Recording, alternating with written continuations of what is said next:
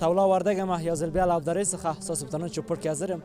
قدرمنو لیدونکو په نننۍ خپرونه کې راغلی یم سید آباد ولسوالۍ نخي درې ته. دا د ګدایي بابا کلی ده.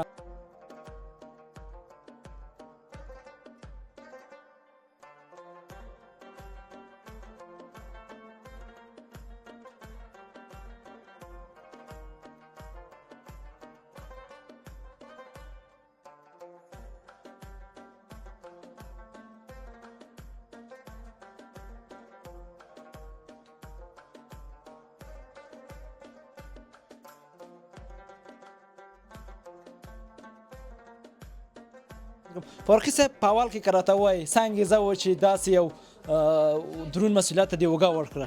خو داسې وکړل چې په اول سر کې په چک ولسوالۍ کې یوه کتابخانه جوړه کړه. د موږ نیت دغسې دی چې د وردګو ولایت او ټول افغانستان په هر ولسوالۍ کې یو کتابخانه اپاریان کې و اپاران کې او دویمه د میلاد نبي کې و. د هغې لیسې لپاره چې تاسو کوم کمپاین شروع کړی په څومره وخت ونیو او دغې لیسې لپاره چې تاسو کمپاین کړی څومره وخت ونیو او څومره کتابونه هم دې لپاره جمع کړي او څومره کتابونه هغې لپاره جمع کړي؟ الحمدلله دا کتابتون اول د اپاران کتابتون چې و موږ په 20 ورځو کې وکولی شو چې افتتاح او ټول سیستمونه یې خلاص کړو افتتاح پورې. په هغو کې موږ 1900 جلده کتابونه راټول کړي وو ځای په ځای کړي وو. دغه کتابتون چې تقریبا په 15 ورځو کې موږ وکولی شو مکمل یې کړو. په دو کتابتون کې موږ 1200 څخه ډېر کتابونه راټول کړي او دغو منطقي خلکو ته هم په چوپړ کې وړاندې کړي.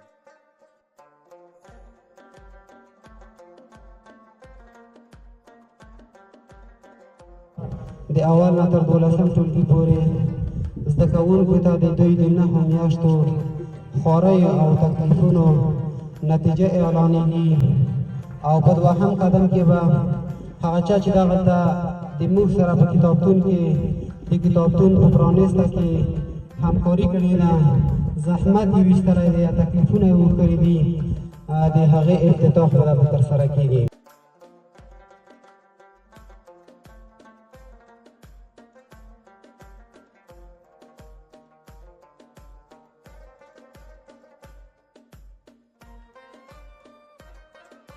دلته یې کتابونه راوړي دي، صدقه یې کړې ده. د یو خادم په صفت د دوی نه ډېره مننه کوم. الله جل جلاله د دوی دغه صدقه په خپل معظم دربار کې قبوله او منظوره وګرځوي.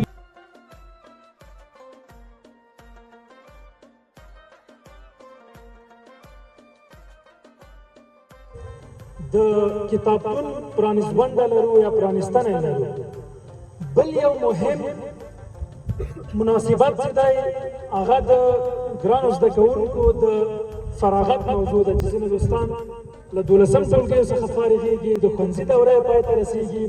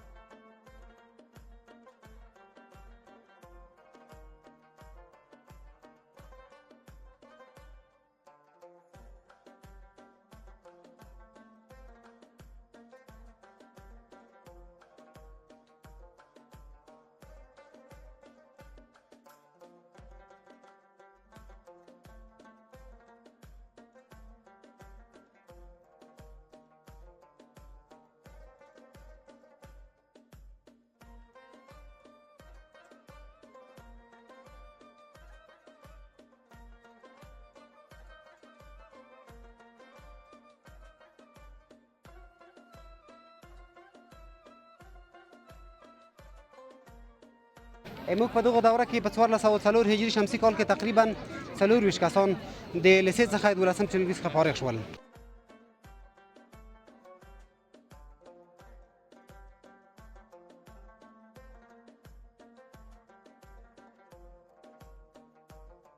جاوید جان سلام. وعلیکم سلام. کوم پانځای د غواړي چې آینده کې انتخاب کړي؟ غواړم طب وبیم. خو طب کومه برخه؟ طب معالجوي. معالجوي ښه. روزانه سلام. وعلیکم سلام. ځان د کول کې معرفي کې کومه پانځای غواړي انتخاب کړي؟ غواړم چې ډاکټر شي. ښه غواړي ډاکټر شي. نوم دې نه اخلي؟ سمیع الله. سمیع الله. لږ دې ښه شعور وبخښي. اول کې د غزان معرفي کې لیدونکو ته بیا وایي چې کوم پانځای غواړي انتخاب کړي؟ زه چې یم رحمان الله د یومي خیل د کلي اوسېدونکی یم، د حاجي صاحب ظریف خان زوی یم. غواړم ډاکټري نرسنګ ها یعنی غواړي ټول ډاکټري د خبزه کده مشکلات منو ده آی سیته د مبارکي آی سیته ته د مبارکي خدای پاک دې ته نیک مبارک خوانیم سبقت الله د موضوع شه 12 سیم نه پوره شو نو زه ډیر خوښ یم او ډیر خوشاله یم چې په دغه لري پراته سیمه کې داسې پرتمینه غونډه جوړه شوله او د دې په مراسمات ډیر خوشاله یم غواړم چې دای په خپل طبیعت کومه پنځه چې ځان انتخاب کړي هغه خو زه خوشاله یم زم خوشاله یم چې داسې پلارونه اوس خپل اولادونه تشویقي خدای مو تاسو ټول ته توفیق درکړي چې د خیر سره خپل اولادونه باندې د الکان پرسنګ خپل په لورګانو باندې خوينه باندې هم تعلیم وکړي تر څو چې وردګ هغه سي په علم په ډګر کې شاملای لوړه ده د خیر سره موږ د خويندو هم اندسه لوړ شي تاسو ټول ته مبارک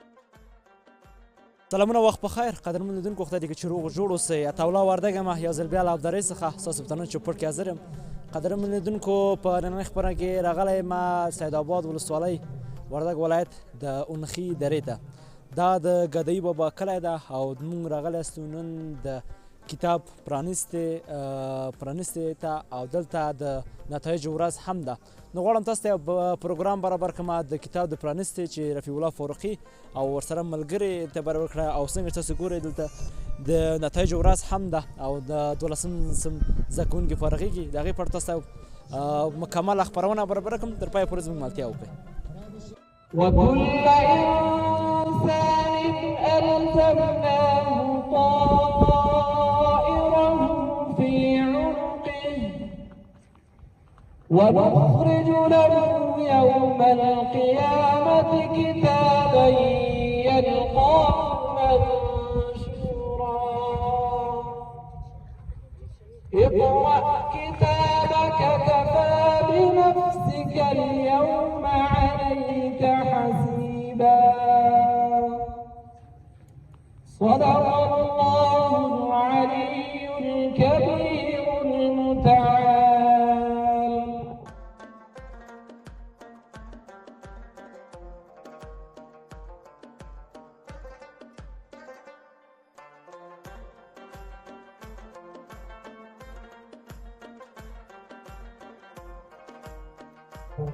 اداري کارمندانو له ولس او منطقې څخه راغلو مشرانو قدرمنو او معززو علماو السلام علیکم ورحمة الله وبرکاته د اول نه تر 12 ټولګي پورې زده کوونکو ته د دوی د 9 میاشتو خواریو او تکلیفونو نتیجه اعلانېږي او په دوهم قدم کې به هغه چا چې دغلته د موږ سره په کتابتون کې د کتابتون په پرانیسته کې همکاري کړې ده زحمت یې ویستلی دی یا تکلیفونه یې وکړي دي د هغې افتتاح به ترسره کېږي په اول قدم کې هغه کسانو چې د موږ سره یې په کتابتون کې زحمتونه وکړل د خلکو نه یې پیسې ټولې کړلې ولاړل وګرځېدل په خلکو باندې شپه او ورځ په ځان یوه کړله او د موږ د کتابتون دپاره یې پیسې ټولې کړلې او زموږ کتابتون یې غني کړله زه د اونخي د میلاد النبي صلی الله علیه وسلم د لیسې د یو خادم په صفت د دوی څخه ډېره مننه کوم همکاري کړې ده دلته یې کتابونه راوړي دي صدقه یې کړې ده د یو خادم په صفت د دوی نه ډېره مننه کوم الله جل جلاله د دوی دغه صدقه په خپل معظم دربار کې قبوله او منظوره وګرځوي او خدای جل جلاله دې دوی ته نور هم قوت ورکړي چې همداسې د مدارسو سره د مساجدو سره او د مکاتبو سره کمک وکړه همکاري ورسره وکړه او مساجد او مکاتب او مدارس په پښو ودروي ډېره مننه کوم واخر دعوانا ان الحمد لله رب العالمين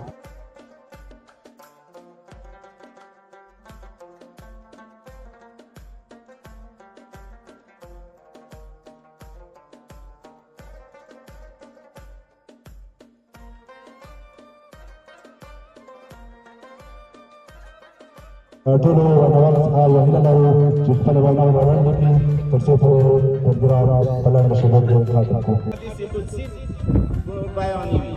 وی الله جل جلاله داسې فرمایي چې ته ووایې د آدم اولادې ته چې داسې خرچ وکړئ مصرف وکړئ په لاره د الله جل جلاله کې و داسې به خرچ وکړل شي داسې ته به عوض درکړل شي داسې ته به مکافات درکړل شي د چا دپاره د واحد الله شریک دپاره د الله جل جلاله دپاره. الله جل جلاله د دغه صدقې د اجر وعده کړې چې دغه کس ته چې دا په لاره د الله جل جلاله کې انفاق کوي تو په د ما په نیز باندې اجر او ثواب شته. دا لوی ویاړ دی واقعا چې دی په دغه لیسه کې ډېر زحمتونه او کوششونه کو او واقعا چې دی په خپل دنده کې ډېر صادقانه دی او دی خپلو خبرو ته د حقیقت جامې وراغوندي. دی داسې نه کو چې هغه د ظاهر نه کار خلي نمایش نه کار خلي هر څه د په حقیقت باندې تمام دي. حتی موږ د پرسنل د دو ادارې درسي بهیر دی څېړي استاد د مراقبت لاندې دی.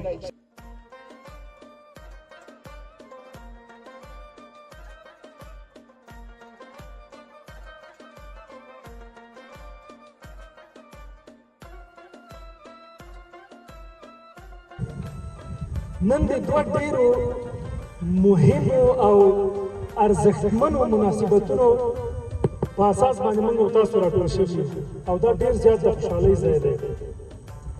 یو مناسبت دا دی چې موږ او تاسو په دغه ښوونځي کې د کتابتون پرانیزونډه لرو یا پرانیستنه لرو. بل یو مهم مناسبت چې دی هغه د ګرانو زده کوونکو د فراغت موضوع ده چې ځینې دوستان له 12 ټولګیو څخه فارغېږي د ښوونځي دوره یې پای ته رسېږي. دغه ښایسته ښکلې او زړه راښکونکې دوره ده او تجربه ده د انسان په ژوند کې له دې څخه فارغېږي او نور زده کوونکي یو کال وړاندې راځي او نوي صنفونه پیل کوي او نوې تجربې او زده کړې ورته ترلاسه کوي. په دې دوه مهمو مناسبتونو باندې موږ او تاسو راټول شوي او خبرې کوو. په پیل کې خو د فارغینو ته ډېر مبارکي وایم.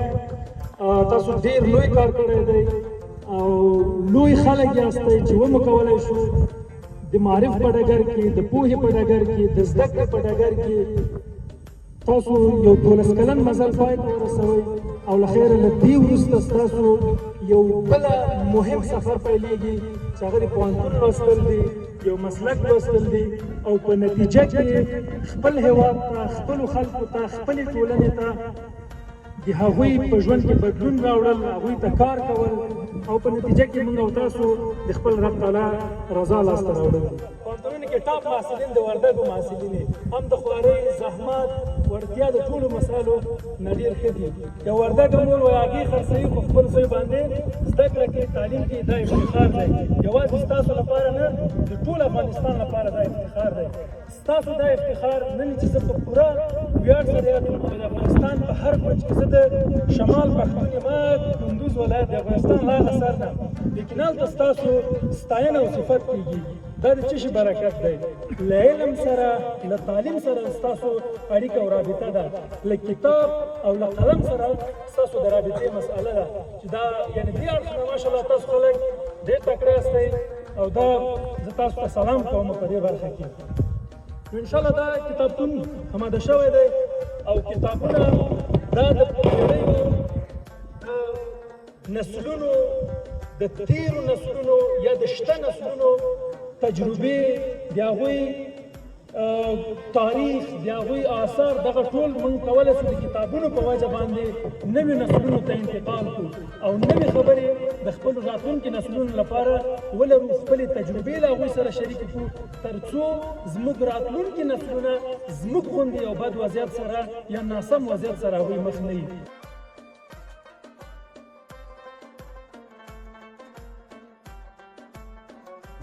په فکر او همت یې له عمره لوی دی. قدرمن انجینر صاحب رحمة الله فاروقي ته بلنه ورکوو تر څو درس ته تشریف راوړي او خپل مختصره وینا له تاسو سره شریک کړي. او رحیم ذات په سپېڅلې نامه په لومړي لومړي سر کې قدرمنو میلمنو عامر صاحب محترم او درنو والدینو او ګرانو زده کوونکو ته سلامونه او نیکې هیلې وړاندې کوم په دې هیله چې ټول به جوړ او روغ وي د صحت جامع بدتن وي.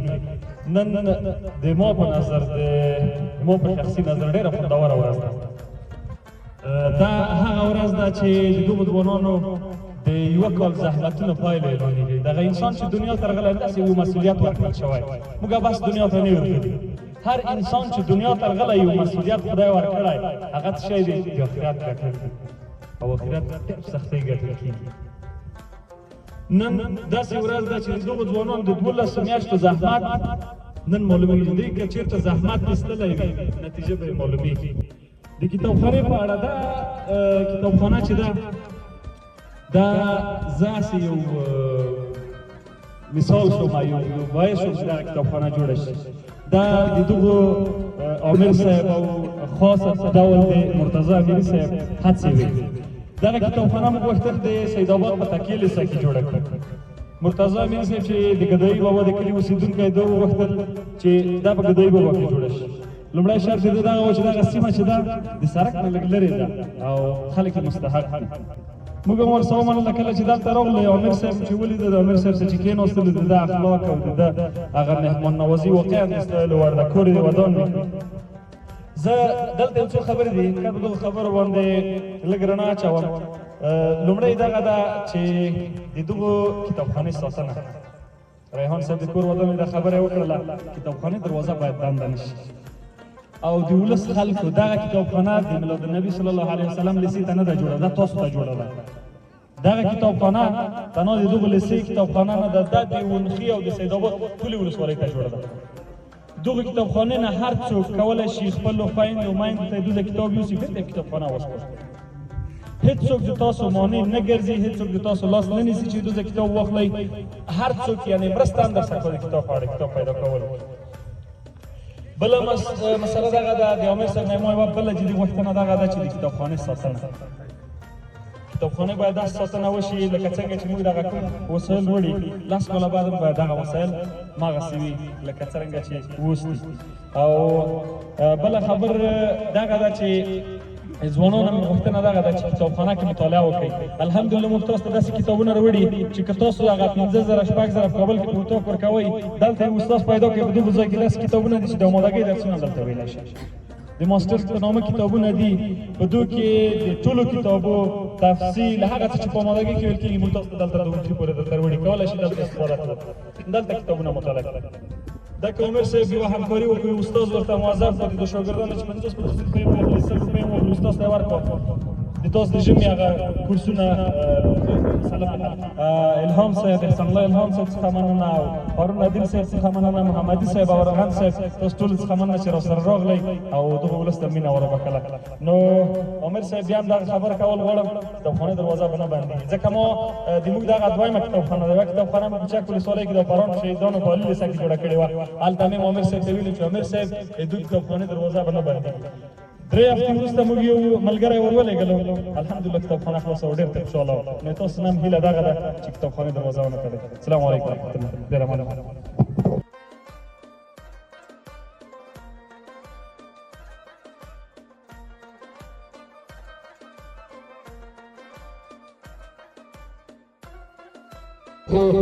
میلاد النبی صلی الله علیه وسلم علی لیسه راغلی میلمه ژورنالیست سپورټي خبریال احسان الله الهام ته بلنه ورکوو چې سټیج ته تشریف راوړي او خپل وینا وړاندې کړي. شبه شبه شیر هېواده شیر رڼا زما وطنه نه دې تا باندې څه وشي نه پر ما زما وطنه. سلامونه او نیکې هیلې د میلاد نبي صلی الله علیه وسلم لیسې درنو مسؤلینو علماء کرامو درنو ملګرو شاګردانو خوښ یم چې نن په دې پرتمینه غونډه کې چې هغه ستاسې د یو کلني او حتی د ښوونځي د فراغت پای دی او ګډون مو دلته واقع ډېر ښه احساس کوم. مننه د ټولو ملګرو نه، خصوصا د ملګري رفیع الله فاروقي نه چې تاسې ته یې د کتابونو لړۍ راپره کړه، دلته یې دا د کتابخانې بیا رغونه وکړه، کتابونه یې راوړل او دا کتابخانه بیا فعاله شوه. زه چې په نهم ټولګي هم کتابونو سره به ډېره مینه وه غوښتل به چې کتاب متعلق نه به شوی کولی چې کتاب یو دوه کرښې د خپل مسلک د باندې یا د ښوونځي کتابونو د باندې کتاب مطالعه سره څنګه وشو په دې به یې راغی څنګه وکولی شم چې په مطالعه باندې عادت شم ما یې الله راوړم او دلته په ناستو شاګردانو کې به له ډېرو نه دا الله راوړم زه له کتاب سره څنګه عادت شم چې هغه راوړم متعلق کړم او ما ته یو عادت وګرځي نو له ډېرو ملګرو نه د مشورې نه په استفادې یو څه مشوره راته راکړه چې له رومانونو ناولونو ډېره څه راپیل کړم په ناولونو کې کومه برخه کې ذوق لري مثلا پولیسي ناولونه دي جنایي دي اروایي دي عاطفي دي او نور ډول ډول ناولونه شتون لري چې په افغاني ټولنه کې واقعا پښتو ادیبانو او نورو لیکلي دي چې ډېر زیات شتون لري نو ما د نصیر احمد احمدي دي یو ناول راپیل کړم په ادب پیر چې کله مې هغه ولوست یعنې ما ته یې دا هیله او انګېزه راکړه چې زه نوره مطالعه باید وکړم هغه د نورو کتابونو لوستنه پسې پیل او وروسته تګ داسې څه وکړي چې زه نن په مطالعه باندې عادت کړی یم او زه دا پوره ډاډ درکوم چې اکثره دلته شته شاګردان زده کوونکي او نور ځوانان دا ډول عادت خپل کړي حتما به خیر دې ته رسېږي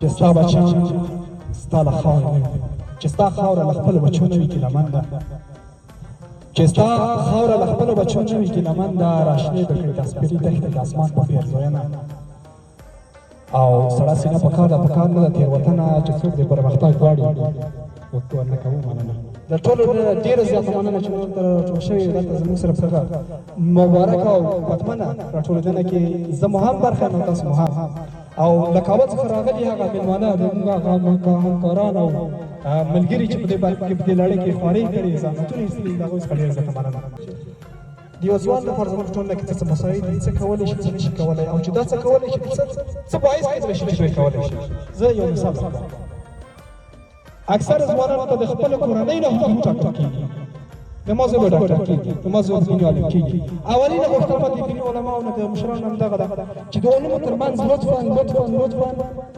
تفاوت وکړئ دغه یو اصلي لامل د موږ د شاتګ همدا ده موږ د علومو ترمنځ فاصله او تفاوت کوو دا مه کوئ دا وکړئ دا مه کوئ نه زه مثالونه درکوم زه د چاپېریال پوهنې پوهنځي څخه فارغ یم فعلاً زه د ژورنالیزم د دوهم لیسانس محصل یم زه په چاپېریال پوهنه کې د خپل مسلک زه ته داسې الله کې لیکنې درکوم چې هماغه شان قرآن کریم کې په آیاتونو باندې ثابت او زه به طبیعت نو ته فکر وکړه چې یو ساینسپوه که چېرته په د خپل مسلک کې فکر وکړي په د خپل مسلک کې څېړنې وکړي دغه شاوخوا کې یو نظر واچوي نو ته فکر وکړه چې دغه عقیده دغه یو سجده به د څومره مهر او محبت او د څومره ترس او د الله سره د واقعي مینې څخه ډک وي هغه دلیل کې یو معقوله ده وایي چې شنویدن کیف و ادهمانان دیدن مونږ تاسو په کتابونو کې لولو د الله قدرتونه لولو د الله د قدرتونو په اړه غږیږي اما یو ساینسپوه چې دی هغه او نه هغه چې د طبیعت علوم ته ځي هغه چې الله جل جلاله په خپل کتاب کې وایي هغه په خپل سترګو کې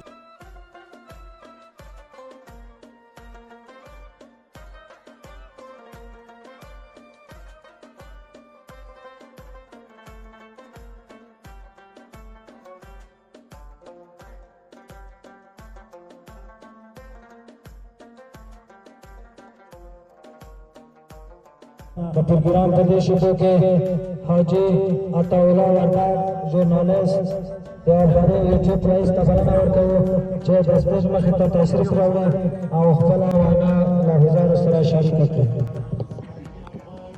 نو ډېر خوشحاله یم چې پر دې دوه لویو غونډو کې مې د فراغت او د کتاب پرانیسته ده دې کې زه به تاسو سره ګډون کوم باغوی په پانتون ته ځي او پانتون کې بعد وردګ ولایت نمایندګي کې متاسفانه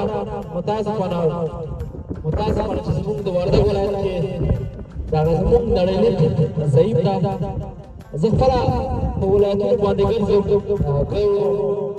کله کله ولایتونو ته زه تر څو ورځې مخکې بدخشان ته تللی وم بدخشان د افغانستان هغه ولایت ده چې ډېر لرې ده یعنی د ازبکستان او تاجکستان او چین او پاکستان سره سرحد لري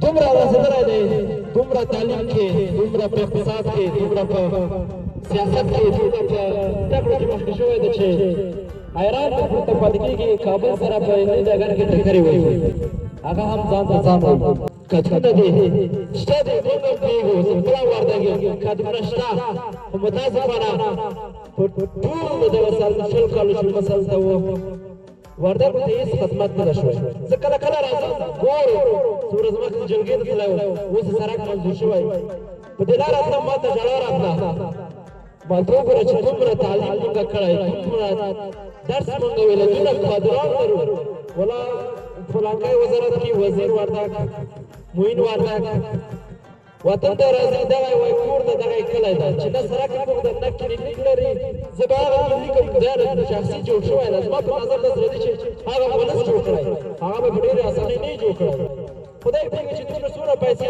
جوړ کړي دي خلکو نه چانچا کړې ده او سختي لیدلې خو موږ کادران لرو متاسفانه چې وطن ته هېڅ خدمت نه ده کړی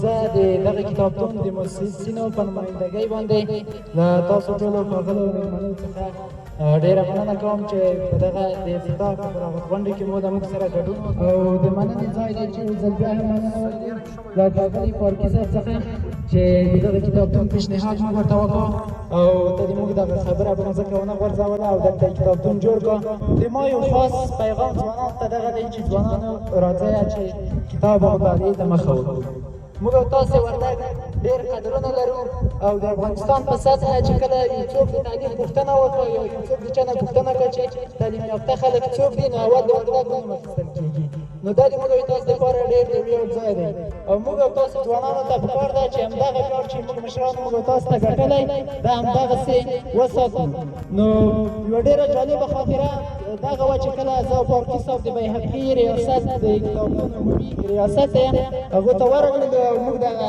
ته عریضه وکړه او پیشنهاد هم ورته وکړه چې دغو کتابتونو کې د موږ سره یو څه کومک وکړه کتابونه راکړه چې کله هغه د موږ په خپله لهجه ورته وغږېدو او دوی پوه شول چې دا وردګ دوی ډېره جالبه خبره موږ ته دغه وکړله چې هغه موږ ته ویلي چې ګورئ تاسې وردګ خو خپله یو کتاب تاسو کتاب څه کوئ تاسو باید خپله مطالعه شئ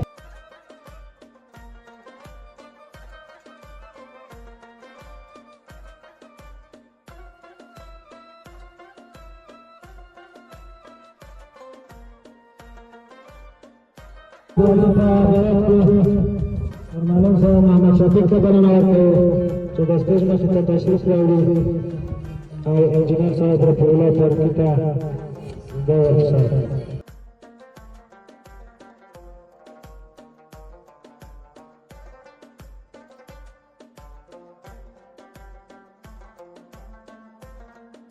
استاد فتح الله او استاد محب الله څخه هیله کوو چې راشي او صاحب ته دا ورسوي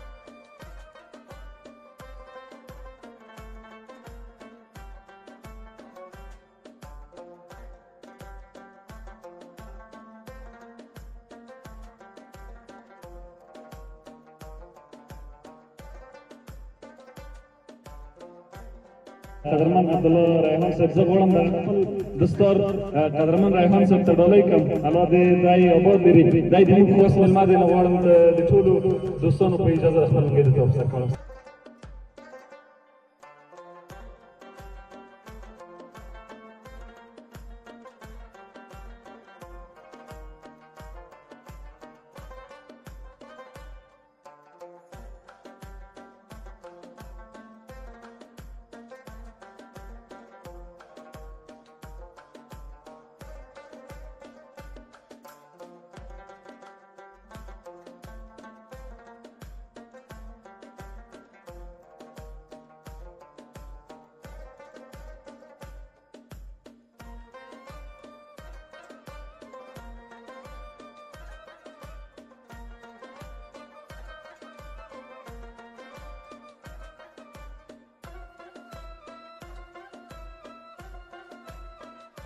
سلامونه وخت بخیر دوستانو خدای دې چې روغ جوړ اوسئ زه ونخي درې ته راغلی دا د میلاد نبي صلی الله علیه وسلم لیسه ده ما سره عمر صاحب ولاړ ده عمر صاحب نه پوښتنه کوو او د دغه متعلمین چې فارغ شوي دي مبارکي دي دې ته ټول ولس ته ورکوم څو خبرې به وي او موږ سره به شریکې عمر صاحب اول کې سلامونه ډېر مبارک دي که راته ووایئ په لنډه کې څومره متعلمین تاسو په دغه دوره کې فارغ کړل وعلیکم السلام ډېره مننه انجینر صاحب محترم الله دې تاسو سره ښه وکړي او قدرمن لیدونکو ته هم سلامونه ووایو خدای جل جلاله دې وکړي چې ټول به روغ او جوړ وایه موږ په دغه دوره کې په 1404 هجري شمسي کال کې تقریبا 24 کسان د لیسې څخه 12 ټولګي څخه فارغ شول په عموم کې دغه د میلاد نبی علیه السلام څومره متعلمین د مکتب کې دي دا لیسې عالی ده کې د اول ټولګي نه تر 12 ټولګي پورې هزار کسان چې کوم دي موږ سره د 550 په شاوخوا کې تقریبا 550 560 نفر د شاوخوا راځي 550 یعنی دغه د ګدای بابا د لیسې مربوط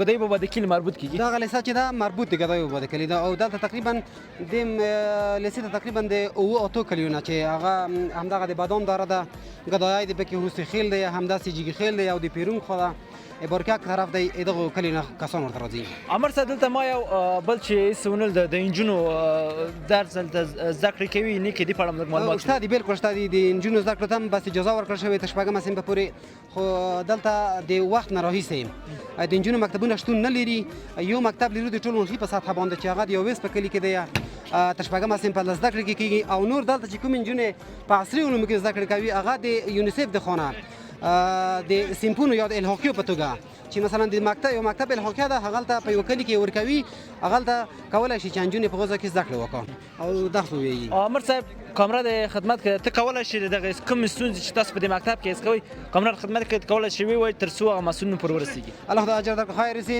نو د موږ ستونزې دغه دي چې موږ د اتاقونو ډېر سخت اشد ضرورت لرو او کمبود لرو دغه کوم کتابتون چې دلته موږ جوړ کړو او تاسو یې پرانیسته نن وکړه او شاهدان یې دي دغه کتابتون ته مو هم سیمپ هم ورکړی دی یعنې یو ټولګی هم ورته خالي کړی هغو ته هم ورکړی دی نو که چېرته مسؤلین او خیریه بنسټونه او موسسات د موږ سره د ټولګیو په جوړولو کې همکاري وکړه او حد اقل یو 3 ټولګي د موږ په لیسه کې جوړ شي موږ به ډېر منندوی وي کور یې ودان الله دې اجر ورکړي خوشحاله اوسئ عمر صاحب خوشحاله اوسئ دوستانو تاسو د ګدای بابا د کلي د میلاد نبی د لیسې هغه د فارغینو هغه انځورونه موږ سره وګورئ او نور دوستانو سره هم خبرې کوو د هغوی نظریات راخلو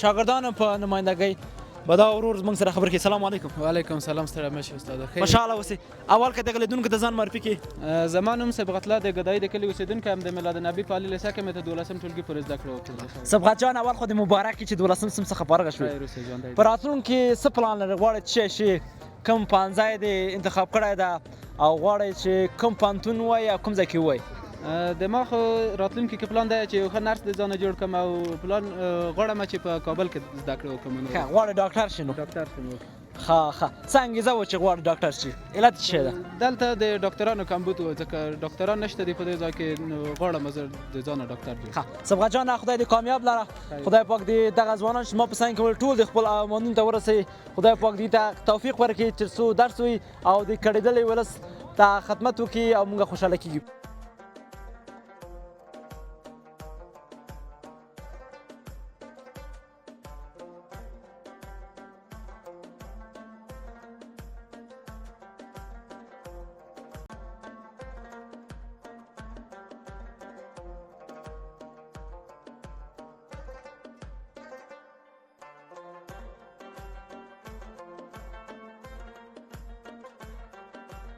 دوستانو مونږ د میلاد نبی په انګړ کې ولاړ سو د والدینو په نمایندګۍ به دا ورور مونږ سره هم خبرې کوي چې دا راغلی ده دلته خپل د خپلوانو د ورور د هغې فراغت ته د سره به خبرې کوي چې کوم ورور فرق شوی ده او څنګه احساس لري. سلامونه وروره. وعلیکم السلام. اجازه ده چې ولې څنګه دې ولاړ شم.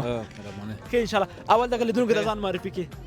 نوم ما استاد مجاهد جواد دی د ګدایي د کلي اوسېدونکی او خپل ورور مې جاوید احمد د 12 نه فارغ شوی د هغه لیدو ته راغلی. ښه جاوید جان کوم یو ده؟ جاوید جان. ښه جاوید جان مبارک دی. مننه خیر. خوشحاله اوسئ. زه غواړم د نمایندګۍ د کورنۍ نمایندګۍ په ته مې پیدا کړې. څه یو احساس لري چې نن د ورور فارغ شو او نن به د خیر سره ټولنې ته بعد دې د خیر مسؤلیت ورکړي او پوهنتون ته بځي. ستاسو کور کې هم ورته ویل چې کوم پانځه انتخابوئ یا دا پرېږدئ چې په خپله خوښه انتخاب کړي؟ نو موږ خو د په نمایندګۍ باندې به زه دا خبره وکړم پوه شو چې موږ خوښ یو خوشحاله یو چې نن یوه ډېره ښه غونډه سر ته ورسېده چې هغه یوه علمي غونډه وه او زه خو خپله کوم هغه نه لرم د دې پانځه په انتخابول کې ځکه دا خپل استعداد خپلې وړتیا خپل ظرفیت ته ګوري هماغسې یوه پانځه به ځان ته انتخابوي د هغوی زه مخالف نه یم او کوم څه چې د خپل طبیعت باندې وي هغه هم ورسره خوښه وي. ښه زه هغې نه به خپله پوښتنه کوم څومره خوشحاله یې؟ نو ډېر د خوشحالۍ احساس کوم ځکه چې الحمدلله چې په داسې لرې پرتو سیمو کې نن دومره ښه جشنونه غوره کېږي ځکه زه 12 کاله مخکې مکتب نه فارغ شوی یم. نو په هغه وخت کې دا فراغت نه و او دا کیسې نه وې لکه د نن چې وړو ماشومانو ته دا د علم دپاره یو تشویق دی. بلکل دا د دوی لپاره پرمختګ دی. نو زه ټولو شاګردانو نه مهیله دا ده چې ژور فکر ولري لوړ ځواک ولري اخلاقي ځواک ولري ژوره پوهه ولري. نو کوشش دې وکړو چې دا علم په دې ځای باندې پای ته نه دی رسېدلی بلکې راتلونکي کې ښې ښوونځی انتخاب کړو ښه کوششونه وکړو. نو دا مې د دې دپاره د ما دغه یو پیغام دی. ډېره مننه کوم جاوید جان ډېره مننه. زه به د لاندې هلکانو څخه پوښتنه کوم.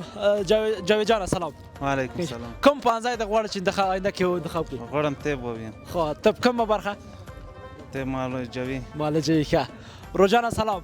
وعلیکم السلام. ځان دې کول کې معرفي کړې کومه پوهنځی غواړې انتخاب کړې؟ غواړم چې ډاکټر شم. ښه غواړې ډاکټر شې. نوم دې نه اخلي؟ سمیع الله. سمیع الله. ښه ما ته نوبت راکړه سمیع الله جانه. دوی غواړي ټول ډاکټران شي. لږ دې ښه شه ورور بخې. اول کې دغه ځان معرفي کړه لیدونکو ته بیا ووایه چې کوم پوهنځی غواړې انتخاب کړې. زه چې یم رحمان الله د یومي خیل د کلي اوسېدونکی یم د حاجي صاحب ظریف خان زوی یم غواړم ډاکټري نرسنګ انتخاب. ښه یعنې غواړې ټول ډاکټري انتخاب ځکه د مشکلاتو منو ده. دې سره صبغه جانه ته خو غواړې نرس شي بخیر. او روجانه سلامونه. ځان دې اول معرفي کړه کوم پوهنځی غواړې انتخاب کړې؟ نوم یې سید الرحمن دی غواړم انجینري انتخاب. ښه انجینري کومه برخه؟ سیول انجینر. ښه غواړې د خیر تعمیرونه وچې نوي نقشې وردګو ته راوړې خدای دې کامیاب لره. ځان دې ورو معرفي کړه کومه پوهنځی؟ نوم یې الحمد الله همدرد امیرخان زوی د ګدایي د کلي اوسېدونکی یم د 12 ټولګي څخه فارغ غواړم په آینده کې پولیتخنیک انجینري انتخاب کړم. ښه کومه برخه؟ پولیتخنیک انجینري سیول. ښه خاصې غواړم د وردګو ته نوي نقشې راوړي. وروره سړی مې شي جوړ په خیر څه د ښه راکین شه. اول دې که ځان معرفي کړې آینده کې غواړې څه شی؟ نوم مې محمد رضا پلار نوم رحمان ګل د میلاد نبی عالی لیسې زده کوونکی یم. ښه فارغ شو د خیر آینده کې غواړې څه شی؟ پلان پالیسي صحت ویم. ښه پالیسي مدیریت کوي. نو ښه دغه د خیر سره وردګ ولایت چې د مدیریت دا کوي. دوستانو دوی ټولو ته دې مبارک وي. آی صاحب ته دې مبارک وي. آی صاحب تا ته دې مبارک وي. خدای پاک دې ته نیک مبارک وي. خوانیم صبغت الله د موضوع چې 12 صنف نه فارغ شو.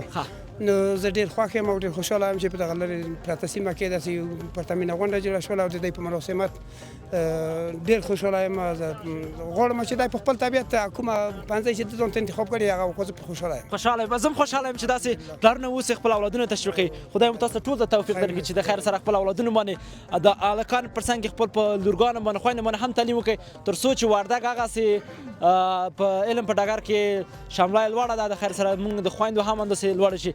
تاسو ټول ته د مبارک وي. دوستانو موږ سره پاتې شئ زموږ کتابتون ته او هغه ته کوم کتابتون چې پرانیسته شوی هغې دوستان سره هم خبرې کوو. تر پای زموږ ملتیا وکړئ.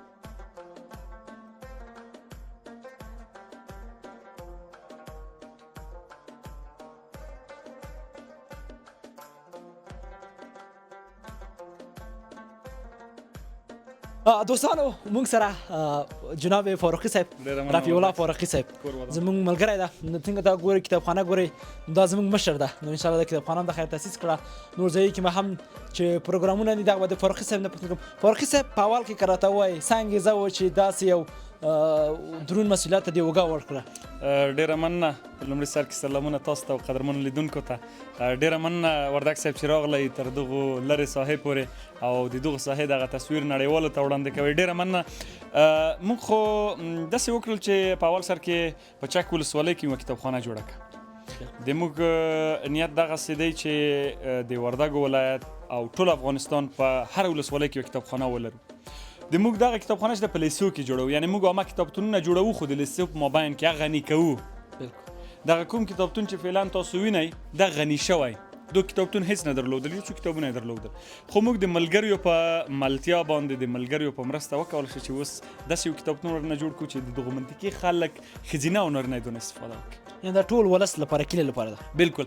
دغه کتابتون لکه څنګه چې ما مخکې ویل، دغه کتابتون چې دی د دغو ولس هر وګړی هر فرد کولی شي له دغه کتابتون څخه استفاده وکړي، اکه ښځینه وي که نارینه.